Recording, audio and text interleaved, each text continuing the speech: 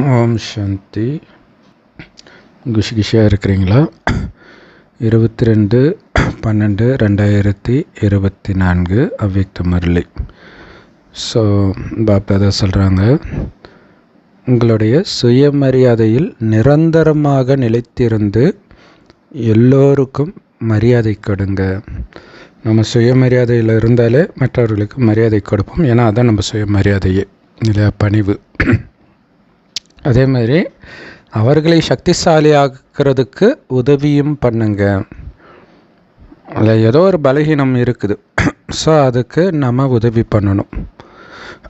இன்றைக்கி பாப்தாதா அதிர்ஷ்டத்தை வழங்குகிற வள்ளல் 3 அதிர்ஷ்ட ரேகையை ஒவ்வொரு குழந்தையுடைய நெற்றியிலும் பார்க்குற. எல்லா குழந்தைகளும், வெறும் மதுபனில் இருக்கிற குழந்தைங்க மட்டும் இல்லை, பாபா மீட் அட்டன் பண்ணுற குழந்தைங்க மட்டும் இல்லை, உலகம் ஃபுல்லாக இருப்பாங்க இல்லையா, எல்லா பாபா குழந்தைங்களுடைய நெத்தியிலும் அவர் எல்லாரையும் எமர்ஜ் பண்ணுறாரு பாருங்க. ஸோ அந்த மாதிரி தான் நம்ம ஒட்டுமொத்த உலகத்தையும் எமர்ஜ் பண்ணி சக்தி கொடுக்கணும். ஸோ அந்த 3 ரேகை என்னென்ன தெரியுமா?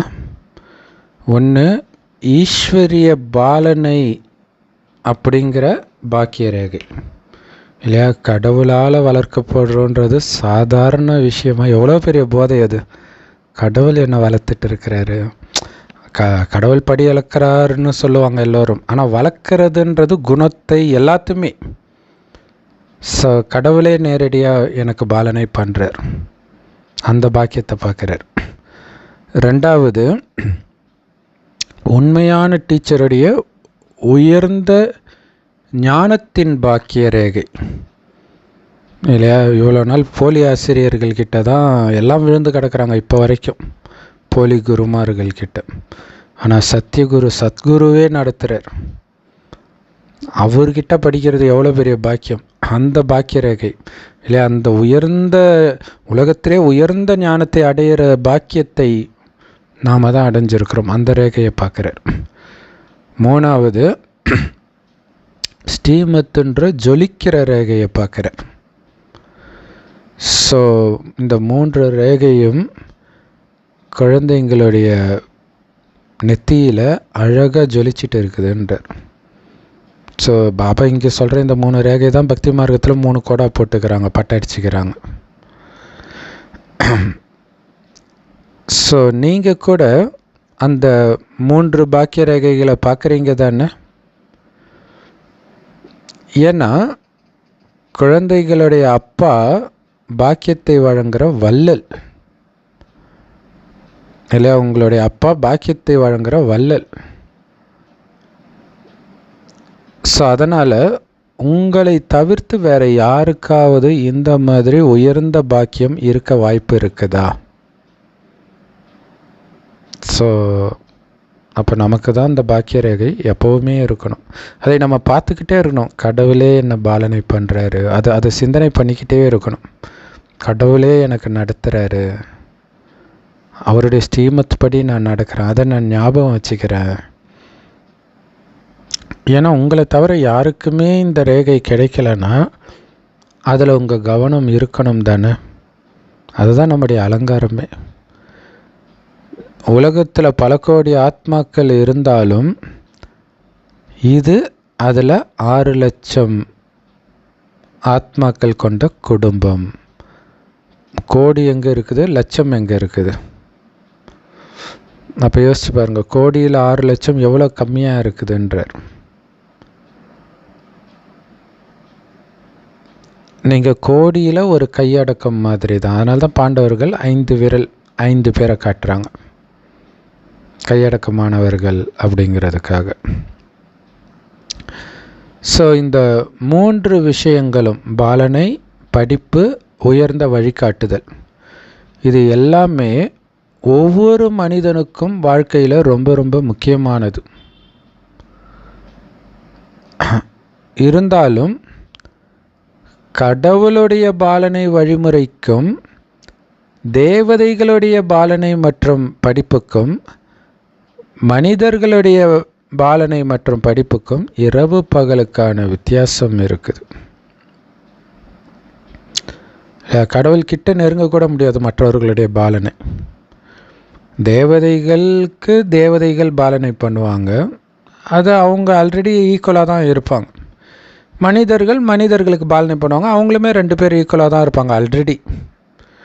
ஆனால் இங்கே கடவுள் மிக உயர்ந்த நிலையில் எப்போவுமே இருக்கிறவர் ரொம்ப தாழ்ந்த நிலையில் இருக்கும்போது நமக்கு இந்த ஞானத்தை கொடுக்குறார். அப்போ உங்களுடைய பாக்கியம் எவ்வளோ உயர்ந்தது யோசித்து பாருங்கள். கற்பனை கூட பண்ணியிருக்க மாட்டீங்க. கற்பனை கெட்டாத பாக்கியம் இது. ஸோ உங்கள் ஒவ்வொருத்தருடைய இதயமும் பாடிக்கிட்டே இருக்குது, நான் அடைஞ்சிட்டேன். எதை அடையணும்னு பல ஜென்ம தவம் கிடந்தேனோ அது அடைஞ்சிட்டேன் இல்லையா? கடவுளை அடையிறதுன்னா என்னன்னே மக்களுக்கு தெரியல. எப்பயாவது காட்சி கிடச்சிச்சின்னா நான் அடைஞ்சிட்டேன்னு நினைக்கிறாங்க. இங்கே காட்சி கிடைக்கிறதில்ல. அவரை அடைந்து அவரிடமிருந்து ஞானத்தை பெற்றுக்கொண்டே இருக்கிறோம். நான் ஸ்டாப்பாக வந்துக்கிட்டே இருக்குது. அடைஞ்சிட்டிங்களா அல்லது இன்னும் அடைய வேண்டி இருக்குதா? என்ன சொல்லுவீங்க? அடைஞ்சிட்டோன்னு சொல்லுவீங்க, கரெக்டாக? ஸோ பாபாவுக்கு கூட அந்த மாதிரி குழந்தைங்களுடைய அதிர்ஷ்டத்தை பார்த்து சந்தோஷமாக இருக்குது. குழந்தைங்க ஆஹா பாபா ஆஹா, இது பாபாவின் லீலையே லீலைன்றாங்க. பிறகு பாபா கூட சொல்கிறார், ஆஹா குழந்தைகளே ஆஹா, இது குழந்தைகளின் அற்புதம்ன்றார். ஸோ இது இந்த அதிர்ஷ்டத்தை சும்மா புத்தியில் மட்டும் வச்சுக்கிட்டால் போதாது, இந்த அதிர்ஷ்டத்தின் விழிப்புணர்வின் சொரூபமாகணும். நீங்கள் இந்த பாக்கியத்தின் நினைவின் சொரூபமாகணும் எப்போவுமே. இப்படிப்பட்ட பாக்கியத்தில் இருக்கிறேன். ஏன்னா இந்த பாக்கியம் இருக்கும்போதே நான் ஆயுதமேந்தி நிற்கிறேன்ற ஞாபகம் இருக்கும். மாயையோடு யுத்த மைதானத்தில் இருக்கிறேன்னு ஞாபகம் இருக்கும். ஏன்னா இங்கே நம்மை வளர்ப்பதே மாயை அழிப்பதற்கு. முருகன் பார்த்திங்கன்னா என்னுடைய பிறவி நோக்கம் என்னன்னு எல்லாருக்கிட்டையும் கேட்டுட்ருப்பார். ஸோ நாம் தானே இறைவனுடைய குழந்தை. நம்ம பிறவி நோக்கம் என்ன? மாயையை அழிக்கிறது. அதுதான் அங்கே சூரபத்மன், பத்மாசுரன், இந்த மாதிரி நிறைய அரக்கர்களை அழிக்கிறதுக்காகவே அவதாரம் எடுத்ததாக சொல்லுவாங்க.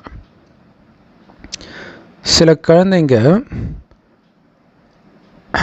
நல்ல சிந்தனை பண்ணுறாங்க, சிந்தனையின் சொரூபமாக ஆகிடக்கூடாது. நீங்கள் நினைவின் சொரூபமாகணும். ரெண்டுத்துக்கும் வித்தியாசம் பாருங்கள். சொல்கிற விஷயத்தை சிந்தனை பண்ணுறது வேறு, ஆனால் அந்த நினைவின் சொரூபமாகவே எப்போவுமே இருக்கிறது வேறு. ஏன்னா சிந்திக்கிறது அது பாட்டுக்கு போயிட்டே இருக்கும், என்னென்ன வருதோ அதெல்லாம் சிந்திச்சுட்டு இருப்போம். ஆனால் நினைவின் சொரூபம், அந்த நேரம் ஞாபகம் வச்சுக்கணும், இந்த ஆயுதத்தை எடுக்கணும், இந்த மாய ரூபத்துக்கு இந்த ஆயுதத்தினால் அழிக்கணும் அப்படின்ட்டு. அதான் ஸ்மிருதி ஸ்வரூப்னு ஹிந்தியில் சொல்கிறார், நினைவின் ஸ்வரூபம். ஏன்னா நினைவின் ஸ்வரூபமாக இருக்கிறது தான் சக்தி ஸ்வரூபம்னு சொல்கிறது, அது சமர்த் ஸ்வரூப். ஸோ ஹிந்தி வார்த்தையே சூப்பராக இருக்கும், ஸ்மிருதி ஸ்வரூப், சமர்த் ஸ்வரூப். மற்றபடி எண்ணங்களின் ஸ்வரூபம் ஒன்றும் சக்தி ஸ்வரூபம் கிடையாது. ஏன்னா எல்லாருக்கும் தான் நிறைய எண்ணங்கள் வருது. ஸோ நினைவின் ஸ்வரூபமாகணும். நான் இப்படி இருக்கிறேன் இல்லை, இப்போ மேடையில் விட்டு பேச சொல்கிறீங்கன்னா எல்லா பாபா குழந்தையும் பெரும்பாலும் நல்லா பேசுவாங்க. அது முக்கியம் இல்லை. மாயை வரும்போது நீங்கள் ஜெயிக்கிறதுக்கு நினைவின் ஸ்வரூபமாக இருந்தால் தான் ஜெயிக்க முடியும். ஏன்னா நினைவின் ஸ்வரூபமாக இருக்கும்போது தான் சக்தி ஸ்வரூபமாக இருப்பீங்க. அது திடீர்னு அடிக்கும் மாயா, உங்களுக்கு கற்பனைக்கே எட்டாது. எப்படா உழுந்தோன்னு நினைக்கிற மாதிரி அடிக்கும். எச்சரிக்கையாக இருக்கணும். அதுக்கு தான் நினைவின் ஸ்வரூபமாக இருக்கணுன்றார். ஸோ குழந்தைங்களுடைய விதவிதமான விளையாட்டை பார்த்து பாப்தாதா சிரிச்சுக்கிட்டே இருக்கிறார். சில குழந்தைங்க எண்ணங்களின் ஸ்வரூபமாக இருக்கிறாங்க.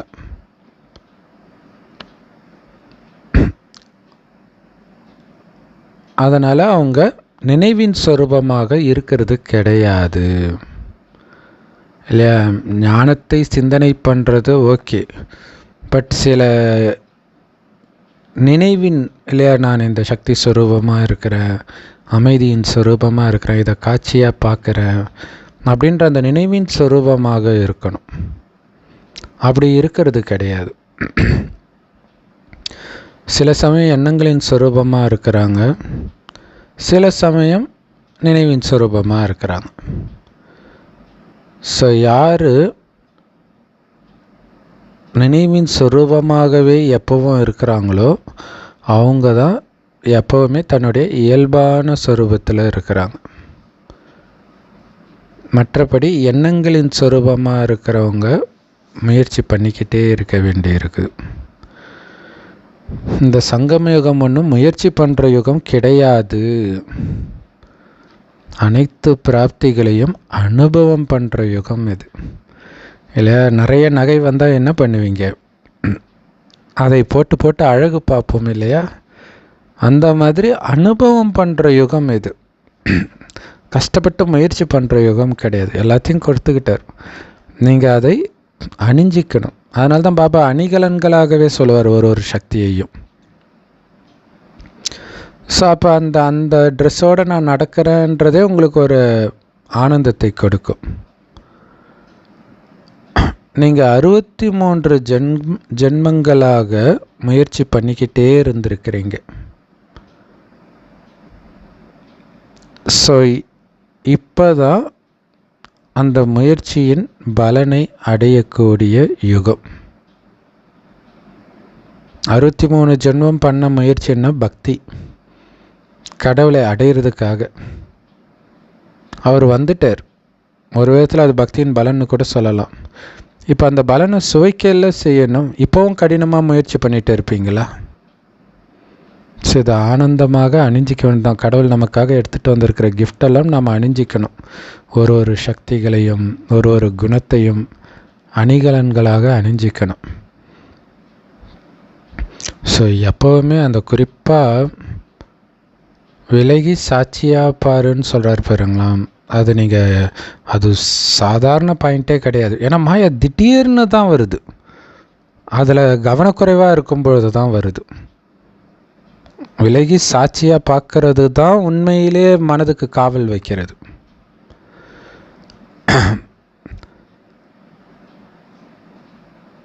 பாப்தாதா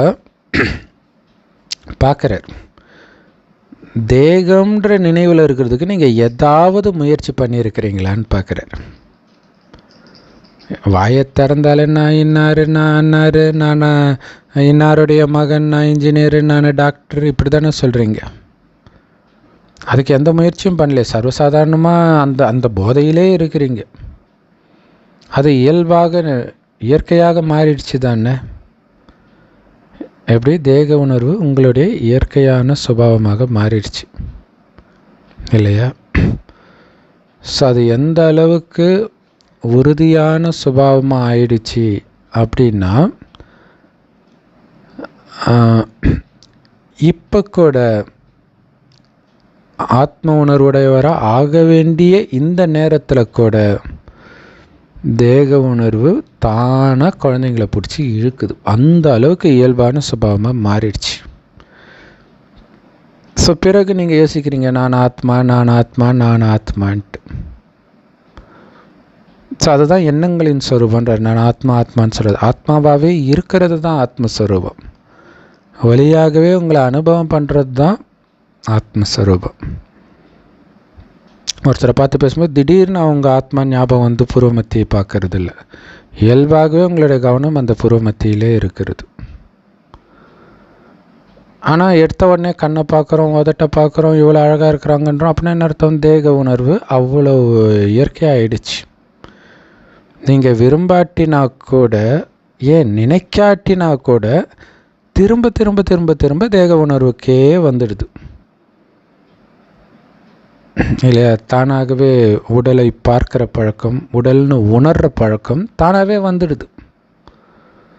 பாப்தாதா சொல்கிறார், இது உயிரோடு இறக்கிற ஜென்மம். இது இந்த பிறவி. இந்த ஜென்மத்தில் மர்ஜிவா வாழ்க்கை வாழற இந்த ஜென்மத்தில் உங்களுடைய ஆத்ம அபிமானி நிலை அதாவது ஆத்மா என்கிற உணர்வு கூட உங்களுடைய இயல்பான சுபாவமாக இயற்கையானதாக மாறட்டும். எப்படி தேக உணர்வு இயல்பானதாக இருந்துச்சோ அந்த மாதிரி ஆத்ம உணர்வு இயல்பானதாக ஆகட்டும். ஆனால் ஃபஸ்ட்டு அது சொல்கிறதுலேருந்து தான் ஸ்டார்ட் ஆகும், அதை புரிஞ்சிக்கணும். அப்போ நான் ஆத்மான்னு சொல்லாமலே ஆகிடுவோம், அப்படி கிடையாது. அது சொல்லி நான் ஆத்மா இல்லை, நான் அது பாபாவே சொல்லுவார், நான் ஆத்மா, நான் நடக்கிறேன், கை மூலமாக இதை காரியத்தை செய்கிறேன், கால் மூலமாக இந்த இடத்துக்கு போயிட்டு இருக்கிறேன். ஆனால் எல்லாம் பண்ணிகிட்டு இருக்கிறவர் யார்? ஜேசிபி மேலே இருக்கிற டிரைவர் மாதிரி இந்த உடம்பு மேலே புருவமத்தியில் டிரைவர் ஆத்மா உட்காந்துட்டு நான் இதை கண்ட்ரோல் பண்ணுறேன், அந்த உணர்வுலேயே இருக்கணும். ஸோ அதனால் நீங்கள் நான் ஆத்மா, நான் ஆத்மா, நான் ஆத்மா அப்படின்னு கடைசி வரைக்கும் முயற்சி பண்ணிக்கிட்டே இருக்கக்கூடாது. இயல்பானதாக மாறிடணுன்றார். ஒரு குழந்தை பிறந்து புரிஞ்சிக்க ஆரம்பிக்கும் பொழுது, அதாவது கொஞ்சம் வயசு ஆரம்பித்த பிறகு அதுக்கு அறிமுகம் கொடுக்குறாங்க. நீ இன்னாருடைய மகன், உங்கள் அப்பா இந்த வேலை பார்க்குறாரு, நீ இந்த ஜாதி, இந்த மதம், இந்த மொழி, இந்த மாதிரி அந்த குழந்தைக்கு அறிமுகம் கொடுக்கப்படுது, கற்றுக் கொடுக்கப்படுது. அந்த மாதிரி நீங்கள் பிறந்தவுடன் பிராமண குழந்தைகளாகிய உங்களுக்கு கொடுக்கப்படுற அறிமுகம் என்ன? நீங்கள் யாருன்றது தான். இங்கே அறிமுகமே நீங்கள் யாருன்றது தான். இது வரைக்கும் நீங்கள் எதெல்லாம் நீங்கள் நினச்சிங்களோ அது எதுவுமே நீங்கள் கிடையாது. அது சொல்லுவாங்க ஐடென்டிஃபிகேஷன் எல்லாத்தையும் விட்டுடணும் அப்படின்னு சொல்லுவாங்க. ஆனாலும் நீங்கள் யார்? அப்போ எல்லாத்தையும் விட்டால் நீங்கள் யார்? அதான் ஆத்மா. அது மட்டும் யாருக்கும் தெரியாது. அவங்க ஈகோவெல்லாம் விட்டுடணும் அப்படி சொல்லுவாங்க. ஸோ உங்களுக்காக தான் இந்த ஆத்மான்ற பாடத்தை உறுதியாக ஆக்குறார். திரும்ப திரும்ப பாபா அதை பற்றி தான் சொல்கிறார் டெய்லியும். ஸோ அதனால் இந்த முதல் அறிமுகம் உங்களுடைய இயற்கையான சுபாவமாக மாறட்டும். இயற்கைன்னா என்ன அர்த்தம்? அது இயல்பான தன்மை, நிரந்தரமாக இருக்கிறதுன்னு அர்த்தம். ஸோ அதை ஞாபகம் வச்சுக்கிறதுக்கு நீங்கள் எந்த முயற்சியும் பண்ண தேவையில்லை. நீங்கள் எப்போவுமே நான் பெண்ணுன்ற அந்த உணர்வு இருந்துக்கிட்டே தானே இருக்குது. ஸோ அப்போ அந்த மாதிரி ஆத்மான்றதும் இயல்பாக இருக்கணும், முயற்சி பண்ணாமலே இருக்கணும். அதுக்கு நீங்கள் முயற்சி பண்ணணும் இல்லையா? முயற்சி பண்ணாமலே அந்த ஞாபகம் இருக்கிற அளவுக்கு நீங்கள் முயற்சி பண்ணணும், அதை புரிஞ்சிக்கணும். ஏன்னா இது கொஞ்சம் அசந்திங்கன்னா முரளி வேறு மாதிரி பாபா முயற்சியை பண்ண வேண்டான்ட்டாரு அப்படி எடுத்துக்கிறவங்களாம் இருக்கிறாங்க. அப்படி இருக்கக்கூடாது.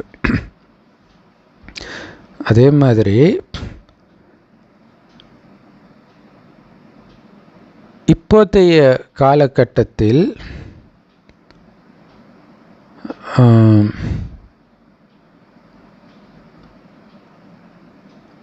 நேரத்தின் அனுசாரம் ஒவ்வொரு பிராமண குழந்தையுடைய ஆத்ம அபிமான ஸ்திதி இயல்பானதாக மாறிடணும். சில குழந்தைங்களுக்கு அந்த நிலை இருக்குது, பார்த்தீங்களா? இருக்குதுன்னு பாபாவே சர்டிஃபிகேட் கொடுக்குறார். சில குழந்தைங்க அப்படி ஆகியிருக்கிறாங்க. அவங்க அதை பற்றி சிந்திக்கவே தேவையில்லை, அந்த நினைவின் சொரூபமாகவே அவங்க இருக்கிறாங்க. ஸோ இப்போ நீங்கள் கண்டிப்பாக நிரந்தரமாகவும் இயல்பாகவும் நினைவின் சொரூபமாக ஆகியே தீரணும். சாய்ஸ் கிடையாது. ஏன்னா நேரம் அப்படி நெருங்கிட்டு இருக்குது. உடல்னு நினைச்சாலே மாட்டிக்குங்க. ஆத்மா நினச்சாலே நீங்கள் விலகி தான் பார்ப்பீங்க. உடல்னு நினைக்கிறீங்கன்னா இல்லை ஆத்மான்னு நினச்சிங்கன்னா அந்த ஆத்மா இன்னொரு ஆத்மாவுடைய நடிப்பு இதெல்லாம் ரொம்ப முக்கியம். எப்போன்னா ஒன்றுமே நடக்காதப்போ இந்த பயிற்சி நல்லா பண்ணணும். அப்போ தான் ஏதாவது நடக்கும்போது அந்த பயிற்சி வரும். நீங்கள் ஒன்றுமே நடக்காதப்போ பண்ணாமல் ஏதாவது நடக்குது, ஒரு விபரீதமாக ஏதோ ஒன்று நடக்குதுன்னா அது நேரம் இந்த பயிற்சி பண்ணணுன்னு ஞாபகமே இருக்காது. ஏதோ பண்ணணும்னு தோணும், ஆனால் என்னன்னு தெரியாது இல்லையா? எக்ஸாம் பேப்பர் கொஸ்டின் வந்துடுச்சு, ஏதோ எழுதணும்னு தோணும், ஆனால் என்னன்னு தெரியாது. அந்த மாதிரி ஆகிடும். ஸோ அதனால் இப்போவே அந்த நினைவின் சொரூபமாகுங்க. நான் ஆத்மான்ற நினைவின் சொரூபமாகுங்க ஆகிய தீரணும். ஏன்னா இதுதான் பிராமணர்களுடைய கடைசி பேப்பர், ரொம்ப சின்ன பேப்பர். அது என்னது? பற்றை வென்றவராக நினைவின் சொரூபமாக ஆகிறது. இல்லை, இயல்பாகவே நான் ஆத்மா, ஒரு உடம்பாக விட்டு அது அப்படி நீங்கள் யோசிக்கலாம். இல்லை, ஒரு பந்தை எடுத்து அப்படியே ஒரு கிளாஸில், எல்லா கிளாஸ்லேயும் தண்ணி இருக்குது.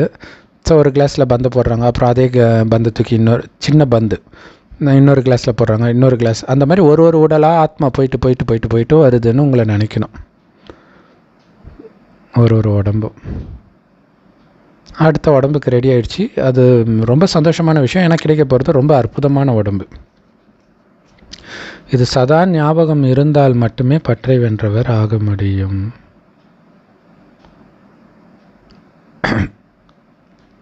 ஸோ அதுக்கு நினைவின் சொரூபமாக ஆகணும். இதுதான் கடைசி பேப்பர்ன்றார். பற்று தான் பிரச்சனை. பற்றும் இருக்கக்கூடாது, வெறுப்பும் இருக்கக்கூடாது. வெறுப்பு ரெண்டும் மற்ற நிலை. நான் நாராயணன் ஆகிட்டு இருக்கேன், அது மட்டும்தான் இருக்கணும். ஸோ அதனால் இந்த வருஷம் என்ன பண்ண போகிறீங்க? சில குழந்தைங்க கேட்குறாங்க, பாபா இந்த வருஷத்துக்கு எங்களுக்கு விசேஷமாக என்ன லட்சியம் வைக்கணும் பாபா நாங்கள் அப்படின்னு கேட்குறாங்க. பாபா சொல்கிறாரு, நிரந்தரமாக ஆத்ம உணர்வுடையவராக நினைவு சொரூபமானவராக ஆகுங்கள். இதுதான் லட்சியம். நீங்கள் எப்படியும் ஜீவன் முக்தி வாழ்க்கை அடையத்தான் போகிறீங்க. ஆனால் ஜீவன் முக்தி அடைவதற்கு முன்பு கஷ்டப்படுறதுலேருந்து முதல்ல முக்தி அடையுங்க, அதாவது விடுதலை அடையுங்க. இயல்பாக இருக்கணுன்றார். அந்த ஆத்மான்ற உணர்வு இயல்பாக இருக்கணும். பரமாத்மாவுடைய குழந்தை நானுன்ற நினைவு இயல்பாக இருக்கணும். இங்கே டெஸ்ட் பேப்பர் நடந்துக்கிட்டு தான் இருக்கும். அது உடல்னு நினைச்சா ஃபெயில் ஆகிடுவோன்ற நினைவு இயல்பாக இருக்கணும். அப்போ கஷ்டப்படுறதுலேருந்து விடுபட்டு இருப்பீங்க.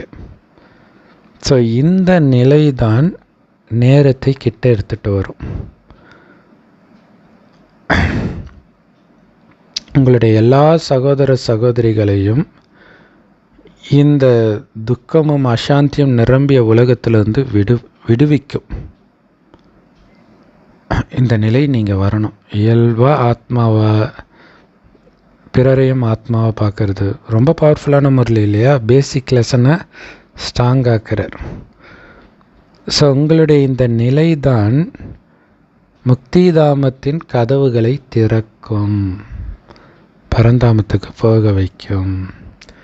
இல்லையா? நான் ஒளியாகவே உணர்ந்து மற்றவரையும் ஒளியாகவே உணர்ந்து முக்தி அடையணும்னு நினைக்கும்போது டக்குன்னு ஆத்மா போயிடும். ஏன்னா உங்கள் சகோதர சகோதரிகளுக்கு முக்தி கொடுக்கணும், இந்த துக்கதாமத்திலேருந்து முக்தி கொடுக்கணும்னு கருணை இல்லையா உங்களுக்கு? எல்லாரும் துக்கம் தாங்காமல் அழுகுறாங்க, தெரியலையா உங்களுக்கு? ஸோ உங்களுடைய முக்தி தான் அனைவருக்கும் முக்தியை கொடுக்கும் இல்லையா? இப்போ இந்த உடல்லிருந்து விடுபடுற அந்த முக்தி தான் எல்லோருக்கும் முக்தி கொடுக்க வைக்கும். அதனால் செக் பண்ணுங்க, எந்த அளவிற்கு இந்த இயல்பான விழிப்புணர்வு இருக்குது அப்படின்னு செக் பண்ணுங்க. அதாவது இந்த சக்திசாலியான நிலை எந்த அளவுக்கு இருக்குதுன்னு செக் பண்ணுங்க இல்லையா? ஆத்மான்ற உணர்வில் இருக்கிறது தான் சக்திசாலி நிலை. அது எந்த அளவுக்கு வந்திருக்குது, இயல்பான ஒரு விழிப்புணர்வாக எந்த அளவுக்கு ஆகிருக்குதுன்னு செக் பண்ணுங்க. சக்தி ஸ்வரூபமாக ஆகிறது அப்படின்னா என்ன அர்த்தம் தெரியுமா? எல்லா வீண் விஷயங்களும் ஈஸியாக முடியுதுன்னு அர்த்தம். அதை முடிக்கிறதுக்கு நீங்கள் திரும்ப திரும்ப முயற்சி பண்ண தேவையில்லை.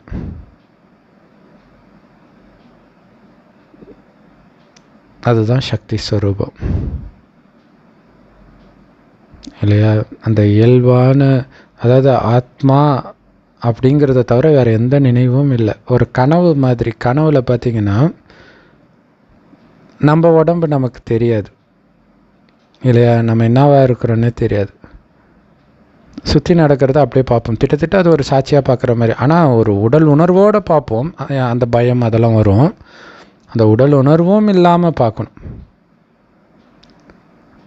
பொம்மை படம் மாதிரி இல்லையா? அந்த ஆத்மா இப்போ ரோபோ நிறைய கண்டுபிடிக்கிறாங்க இல்லையா? அது என்ன தான் அழகான ஆண் மாதிரி பெண் மாதிரி செஞ்சாலும் அது டிஃப்ரென்ஸ் தெரியும், அது ரோபோன்ட்டு. ஆனால் நமக்கு நிஜ மனிதர்களே நமக்கு ரோபோ மாதிரி தெரியணும்.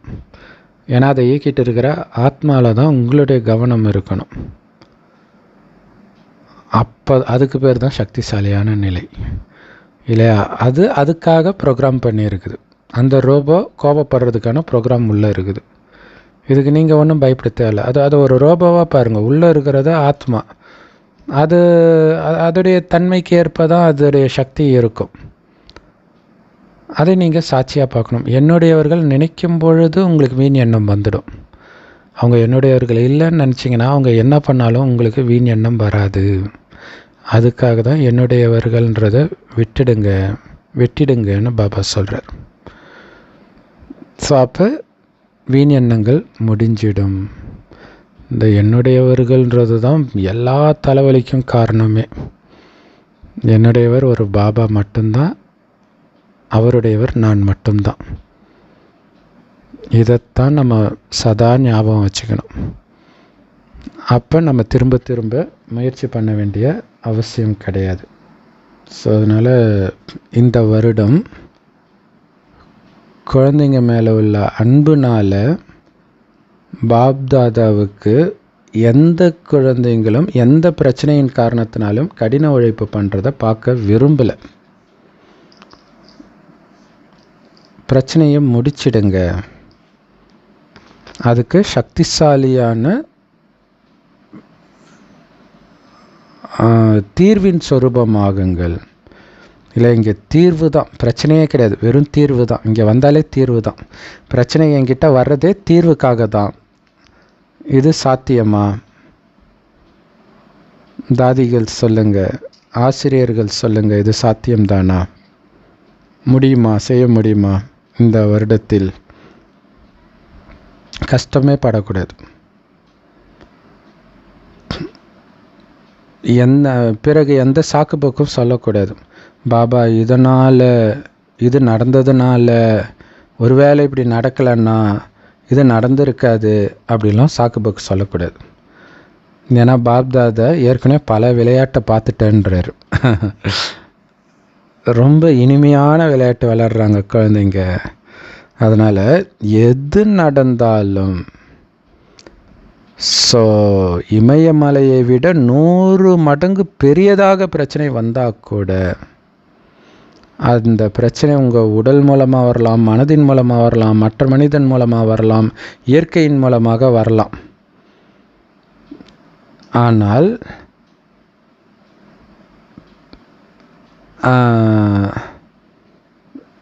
அதே மாதிரி வெளிப்புற சூழ்நிலையினால் பிரச்சனை வரலாம். இது எதுவுமே உங்களுடைய சுயஸ்திதிக்கு முன்னாடி ஒன்றுமே கிடையாது. செம்ம சூப்பர் பாயிண்ட் இது. அதனால தான் ஆஞ்சநேயரை பெருசாக செலவைக்கிறாங்க, முருகனுக்கு பெரிய செலவைக்கிறாங்க. அப்படின்னா என்ன அர்த்தம்னா, அதை விட நான் பெருசாக இருக்கிறேன். அதாவது மனநிலை, சுயஸ்திதியை எப்படி காட்ட முடியும்? அதனால் உடலையே பெருசாக்கி காட்டிட்டாங்க இல்லையா? இப்போ அந்த பிரச்சனை 100 மடங்கு வந்தாலும், இமயமலையை விட 100 மடங்கு பெருசாக வந்தாலும், என்னுடைய சுயஸ்திதிக்கு முன்னாடி அது ஒன்றும் கிடையாதுன்றார். அது யார் மூலமாக ஆனாலும் வரட்டும். அப்போ முழுக்க முழுக்க என்ன ஆனாலும் பாபா உன் நினைவிலேயே இருக்கிறேன். இது மைண்டில் ஓடிக்கிட்டே இருக்கணும். கொஞ்சம் நீங்கள் அலட்சியமாக இருப்பீங்க, அல்லது நீங்கள் பக்காவாக இருக்கிறதா நினைப்பீங்க. ஆனால் அது பத்தலை அப்படின்னு நிரூபிக்கிற மாதிரி சூழ்நிலை வரும். அதுக்கப்புறம் இன்னும் பக்காவாக பண்ணணும். போகாது பிரச்சனை. கொஞ்சம் கேப்பு விட்டு அடிப்பார் பாபா. அந்த கேப்புக்குள்ளே நீங்கள் ரெடி ஆகணும். அலட்சியமாக இருக்கும்போது மறுபடியும் வரும் மாயா. இல்லாட்டினா நீங்கள் அந்த நிலையை அடைஞ்சிங்கன்னு எப்படி தெரியும் அப்படின்னு கேட்குறாரு பாபா. ஸோ உங்களுடைய அந்த ஒரிஜினல் நிலை உருவாக்கணும் அப்படின்னா அதுக்கு சுயமரியாதையில் நிலைத்திருக்கணும், ஸ்வமானத்தில் நிலைச்சிருக்கணும், ஆத்மாவுடைய உண்மையான குணத்தில் நிலைச்சிருக்கணும். அது அந்த சுயமரியாதை இயல்பாக இருக்கணுன்றார். அந்த பணிவுலாம் இயல்பானதாக இருக்கணும். அதை நீங்கள் நினைவு செய்ய வேண்டிய அவசியம் கிடையாது. ஸோ பெரும்பான்மையான பாபா குழந்தைங்களுக்கு இயல்பாகவே இந்த குணம் இருந்திருக்கும் சின்ன வயசில். மற்றவங்களிருந்து நீங்கள் தனியாக தெரிஞ்சிருப்பீங்க. பெரும்பாலும் அதுக்கு காரணம் முன்ஜென்மத்திலே நம்ம பாபா ஞானம் எடுத்தவர்களாக தான் இருந்திருப்போம். ஏன்னா முடிய போகுது இல்லையா? ஸோ இது 2வது ஜென்மமாக தான் இருக்கும். அதனால தான் அந்த குணம் இருந்துச்சு. ஆனால் அப்படிப்பட்டவர்களையே இந்த மாயா என்ன பண்ணிச்சின்னு யோசிச்சு பாருங்களா. பாபா வர வரைக்கும் பாபா வந்து கூட விட முடியாமல் எவ்வளோ கஷ்டப்படுறோம் தேக உணர்வை. ஸோ அதனால் அந்த சுயமரியாதை எவ்வளோ இயல்பாக இருக்கணும்னா அதை நீங்கள் ஞாபகம் கூட வச்சுருக்க தேவையில்லை. இயல்பாகவே அது அப்படி வந்துடும். எப்படி கார் ஓட்டுறது ஃபஸ்ட்டு ஓட்டும்போது தான் இப்படி வளைக்கணும், இந்த காலுக்கு இந்த பிரேக், இந்த காலுக்கு ஆக்சலரேட்டரு, இந்த கீரு, இந்த ஞாபகம்லாம். அதுக்கப்புறம் ப்ராக்டிஸ் ஆகிடுச்சுன்னா அது பாட்டுக்கு பேசிகிட்டு இருப்பாங்க. அது தானாக கை கால் எல்லாம் வேலை செய்யும். அதை பற்றி சிந்திக்கவே மாட்டாங்க. அந்த மாதிரி உங்கள் சுயமரியாதை ஆகணுன்றார். அதனால் மீண்டும் மீண்டும் அதற்கு முயற்சி பண்ண வேண்டிய அவசியம் இருக்கக்கூடாது. அப்படி மாற்றுங்கன்ற சமஸ்காரத்தை எப்படி அப்படியே ஆழமாக பதிவு வைக்கிறாப்பாங்க. 5000 வருஷம் வரணும்ல. இதுதான் உங்களை காப்பாற்ற போகுது. நான் ஸ்வதஷ்ண சக்கரதாரி, நான் கண்ணின் ஒளியாக இருக்கிறேன், பாபாவோடைய இதய சிம்மாசனத்தில் உட்காந்துட்ருக்கிறேன், நான் இதுவாக இருக்கிறேன், நான் அதுவாக இருக்கிறேன், இப்படியெல்லாம் சொல்லிக்கிட்டு இருக்கக்கூடாது. அதுவாகவே மாறிடணுன்ற அதுதான் இங்கே முக்கியமான விஷயம். சொல்கிறது வேறு, மாறுறது வேறு. நான் ஆத்மான்னு 1000 தடவை சொல்கிறது வேறு, ஆத்ம உணர்வில் இருக்கிறது வேறு. அதை தான் எண்ணங்களின் சொரூபமாகாதீங்க, நினைவின் சொரூபமாகுங்கன்றார்.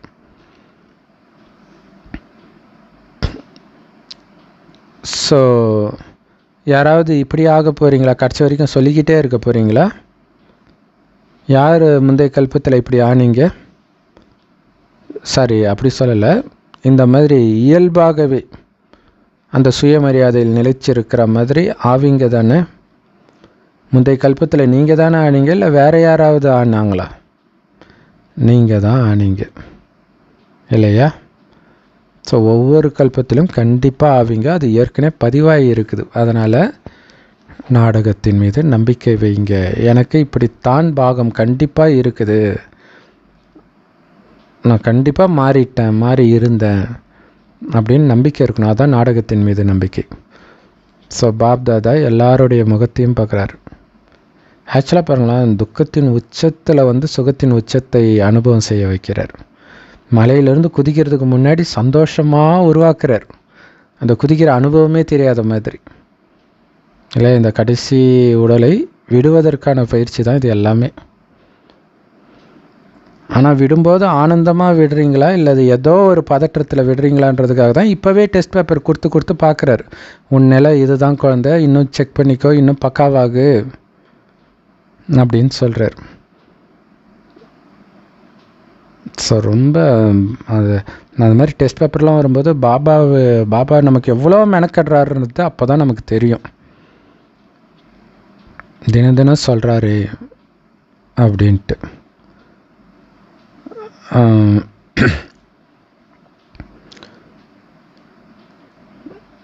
ஸோ குழந்தைங்களுடைய முகத்தை பார்க்குறார். முந்தைய கல்பத்தில் பார்த்த அதே குழந்தைங்க. ஸோ புதுசாக இந்த கல்பத்துக்கு வந்திருக்கிறீங்களா என்ன? பல கல்பங்களாக வந்த அதே ஆத்மாக்கள். அப்படி தானே? ஸோ யாரெல்லாம் ஒவ்வொரு கல்பத்திலும் வந்த அதே ஆத்மாக்கள் இயல்பான சொரூபமாக ஆக்கியவர்கள் சுயமரியாதையை ஒவ்வொரு கல்பத்திலும் கையை உயர்த்துங்கள். அதை கூட பாபா கேட்கல. முந்தைய கல்பத்தில் வந்த அதே ஆத்மாக்கள்னு யாரெல்லாம் நினைக்கிறீங்க கை தூக்குங்கன்றார். கை தூக்குனா ஓகே, அப்போ ஏற்கனவே இது நிச்சயிக்கப்பட்டு இருக்குது. அப்படி தானே? ஆல்ரெடி நீங்கள் பாஸ் சர்டிஃபிகேட் வாங்கிட்டீங்க முந்தைய கல்பத்திலே. ஸோ அதனால் இப்போ புதுசாக நீங்கள் வாங்கிறது கிடையாது, இது வாங்கினது தான். ஸோ அதுதான் அங்கே ஏற்கனவே இறந்து கிடக்கிறாங்க பாரு அர்ஜுனா, நீ நிமித்தமாக தான் அம்பு விட போகிற அப்படின்னு வரும். அப்போ ஏற்கனவே இறந்து கிடக்கிறாங்கன்றது முந்தைய கல்பத்து விஷயத்த சொல்கிறார். அதுதான் இங்கே கேட்குறாரு, ஏற்கனவே வாங்கிட்டீங்க தானே சர்டிஃபிகேட்டு, அல்லது இனிமேல் தான் புதுசாக வாங்க போகிறீங்களா? முந்தைய கல்பத்தில் வாங்கிட்டீங்க. ஸோ அப்போ இப்போ மட்டும் ஏன் வாங்க மாட்டீங்க? ஏன் அந்த சந்தேகம்? ஸோ ஒவ்வொரு கல்பத்திலும் நான் இந்த சர்டிஃபிகேட் வாங்கிட்டேன்ற சொரூபம், அந்த நினைவின் சொரூபம் ஆகுங்கள். ஸோ நினைவின் சொரூபம்ன்றது பாபாவுடைய நினைவு மட்டும் இல்லை, இவ்வளோ விஷயங்களையும் நினைவின் சொரூபம் ஆகுங்கள். நீங்கள் ஒவ்வொருத்தரும் சர்டிஃபிகேட்டை வாங்கிட்டீங்க. ஸோ பாஸ் ஆகிறதுக்கும் மதிப்போடு பாஸ் ஆகிறதுக்கும் வித்தியாசம் இருக்கும் கண்டிப்பாக. ஆனால் நீங்கள் அதே ஆத்மாக்கள் தான், அதில் உங்களுக்கு எந்த சந்தேகமும் கிடையாது. ட்ரெயினில் போகும்போது இதை மறப்பீங்களா? இல்லை ஃப்ளைட்டில் போகும்போது அது பறந்துடுமா? இல்லையா? முந்தைய கல்பத்தில் ஜெயித்த அதே ஆத்மா நானுன்றது அந்த நினைவின் சொரூபமாகவும் இருக்கணும். ஸோ இன்றைக்கி ஃபுல்லாக அந்த நினைவின் சொரூபம்னா என்னன்னு ஆழமாக சொல்லி அந்த நினைவின் சொரூபத்தின் ப்ராக்டிஸே கொடுத்துட்டு இருக்கிறார். உதாரணத்துக்கு இந்த வருடம் சிவராத்திரியை எல்லா இடத்துலையும் ஊக்க உற்சாகத்தோடு கொண்டாடணும்னு திடமான எண்ணம் வச்சிங்க, அதே மாதிரி கொண்டாடிட்டீங்க. கரெக்டு தானே? அப்போ உங்களுடைய திடமான எண்ணத்தின் மூலமாக நீங்கள் என்னெல்லாம் எண்ணம் வச்சிங்களோ அத்தனையும் சாத்தியமாயிடுச்சு. கரெக்டா? ஸோ இது எதோடைய அற்புதம்? உங்களுடைய ஒற்றுமை மற்றும் திடமான எண்ணத்தின் அற்புதம். நீங்கள் 67 ப்ரோக்ராம் பண்ணலான்னு நினச்சிங்க, 67 நிகழ்ச்சிகளை. ஆனால் அதைவிட அதிகமாக நிறைய குழந்தைகள் நிகழ்ச்சி பண்ணதை பாபா பார்த்தார். ஸோ இதுதான் சக்திசாலி சொரூபத்தின் அடையாளம். இது ஊக்க உற்சாகத்துடைய நடைமுறை நிரூபணம். ஸோ இதை தானாகவே நீங்கள் எல்லா இடத்துலையும் பண்ணி காட்டினீங்க. அதே மாதிரி இல்லையா, வெளிப்புற சேவையில் கரெக்டாக வெற்றி அடைஞ்சிட்டிங்கல்ல, அதே மாதிரி சுய புருஷார்த்தத்திலையும் நீங்கள் பண்ணணும். ஸோ நீங்கள் எல்லோரும் ஒருவருக்கொருவர் ஊக்கப்படுத்தி எண்ணம் வைங்க, நாங்கள் கண்டிப்பாக நேரத்தை அருகில் கொண்டு வருவோம், ஆத்மாக்களுக்கு முக்தியை வழங்குவோம். ஆனால் அது எப்போ நடக்கும்? உங்களுடைய எண்ணங்களை நடைமுறை ரூபத்தில் எடுத்துகிட்டு வர்றதன் மூலமாக. எப்படி நடைமுறை ரூபத்தில் எடுத்துகிட்டு வர்றது? நினைவின் சொரூபமாக ஆகிறதன் மூலமாக. இல்லையா? ஆத்மாவின் எண்ணங்களற்ற நிலை அதன் சொரூபமாக ஆகிறதன் மூலமாகத்தான் அனைவருக்கும் முக்தி கொடுக்க முடியும். அப்படியே நினைவின் சொரூபம் ஆகுங்க. ஸோ பாப்தாதா கேட்டார், வெளிநாட்டில் இருக்கிறவங்க ஸ்பெஷலான அன்பான சந்திப்பு வைக்க போகிறதாக. ஸோ பாரதவாசிகள் கூட அதே மாதிரி சந்திப்பு மீட்டிங் வைக்கிறாங்க. ஸோ அந்த மீட்டிங்கில் சேவைக்கான திட்டங்களை மட்டும் உருவாக்காதீங்க, பிளான் பண்ணுங்க. ஆனால் சுய புருஷார்த்தமும் சேர்த்து சமநிலை பேலன்ஸ் இருக்கணும். ஏன்னா அதுதான் ரொம்ப முக்கியமான விஷயமா இருக்குது இல்லையா? ஸோ அதுக்கு மீட்டிங் போட மாட்டோம், அதுதான் பிரச்சனை. இப்படியெல்லாம் மாயா வரும். இதெல்லாம் வரும்போது நம்ம இப்படி விட்டு கொடுக்கணும். இதுக்கு மீட்டிங் போடணும். அது ரொம்ப முக்கியம். ஒவ்வொரு சேவைக்கு முன்னாடி வருஷத்துக்கு ஒரு தடவை வட்டிக்கு போனால் மட்டும் பத்தாது இல்லையா? அங்கே கூட இதை பற்றி பேசுவாங்களா அப்படிங்கிறது டவுட்டு தான். ஸோ ஒருவரோடு ஒருவர் எந்த அளவுக்கு நீங்கள் ஒத்துழைப்பு கொடுக்கணும் அப்படின்னா, நீங்கள் எல்லோரும் மாஸ்டர் சர்வசக்திவானாகி பறந்துக்கிட்டே இருக்கணும். அந்த மாதிரி இல்லையா? ஒவ்வொருத்தரும் ஆஞ்சநேயராகி பறந்துக்கிட்டே இருக்கணும். மாஸ்டர் சர்வசக்திவான் ஆகும்போது தான் கடைசியில் தான் ஆஞ்சநேயர் பறப்பார் இல்லையா? ஸோ அங்கே ஆஞ்சநேயருக்கு மற்றவர்கள் ஊக்கப்படுத்துவாங்க. உன்னால் முடியும், உனக்கு அந்த சக்தி இருக்குது, நீ மறந்துட்ட. அதே தான் நீங்களும் ஒருவருக்கொருவர் சொல்லி ஒருவரை ஒருவர் பறக்க வைக்கணுன்றார். செம பவர்ஃபுல்லான விஷயம் இல்லையா இது? ஏன்னா உங்கள் மூலமாக தான் அப்பா வெளிப்படுவார். வார்த்தையின் மூலமாக மட்டும் இல்லை, நடத்தையின் மூலமாக. ஸோ அதனால் வள்ளலாகி சகயோகம் கொடுங்க. சூழ்நிலையை பார்க்காதீங்க, ஆனால் சகயோகியாக மாறுங்கள். எந்த சூழ்நிலையாக இருந்தாலும் உங்களுடைய சுயமரியாதையில் நிலைத்திருங்கள். ஸோ பிறருக்கு மரியாதை கொடுத்து சகயோகமும் கொடுங்க. சகயோகம்னா ஒத்துழைப்பு, உதவி. ஏன்னா நீங்கள் ஏதாவது ஆத்மாவுக்கு இதயபூர்வமாக மரியாதை கொடுக்குறீங்க அப்படின்னா அதுதான் மிகப்பெரிய புண்ணிய காரியம்ன்றார். செம சூப்பரில். நீங்களும் சுயமரியாதையில் நிலைச்சிருக்கிறீங்க, மற்றவர்களுக்கும் மரியாதை, அவங்களுடைய விசேஷ குணத்தை அவர்களுக்கு நீங்கள் வர்ணனை செய்யும்போது அவங்க மனம் டபுள் கன்ஃபார்ம் ஆகும். சில சமயம் அது அவங்களுக்கே தெரியாமல் கூட இருக்கும்.